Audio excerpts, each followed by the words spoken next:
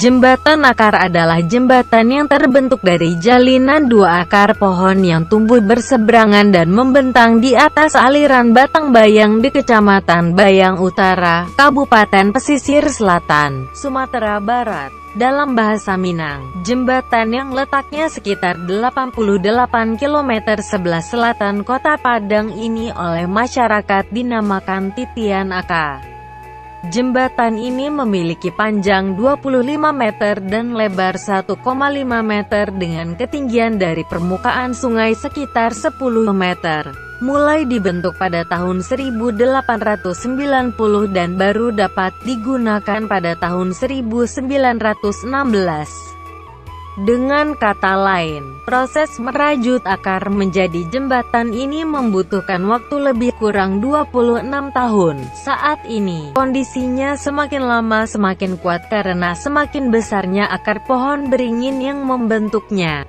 Dahulu ada seorang tokoh tua cerdik ulama setempat bernama Pak Yasokan. Derasnya aliran sungai Bayang membuat beliau berinisiatif untuk membuat jembatan sederhana dari bambu untuk menghubungkan desa Pulut-Pulut dan desa Lubuk Silau yang terpisah oleh arus sungai.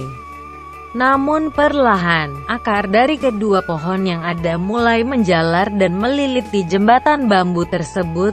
Setelah mengalami proses lama, akhirnya jadilah jembatan akar seperti sekarang.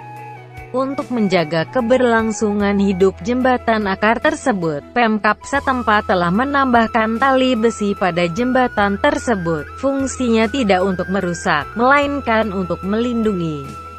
Saat musim hujan, debit air sungai Bayang bisa naik hingga menyentuh jembatan. Ditakutkan derasnya air dapat merusak jembatan akar apabila dibiarkan. Tali besi yang ada dapat mengangkat jembatan hingga melebihi debit air kala musim hujan. Lalu telah ditambahkan juga pijakan kayu agar wisatawan lebih mudah berjalan saat melewatinya. Traveler juga diwajibkan untuk hati-hati agar tidak slip atau terjatuh. Jembatan akar dapat dicapai sekitar 1 jam dari Kota Padang dengan kendaraan darat, dan setengah jam dari Kota Painan. Dari Painan, ibu kota Kabupaten Pesisir Selatan, jaraknya 24 km, sedangkan dari Kota Padang, jaraknya sekitar 80 km melewati Teluk Bayur.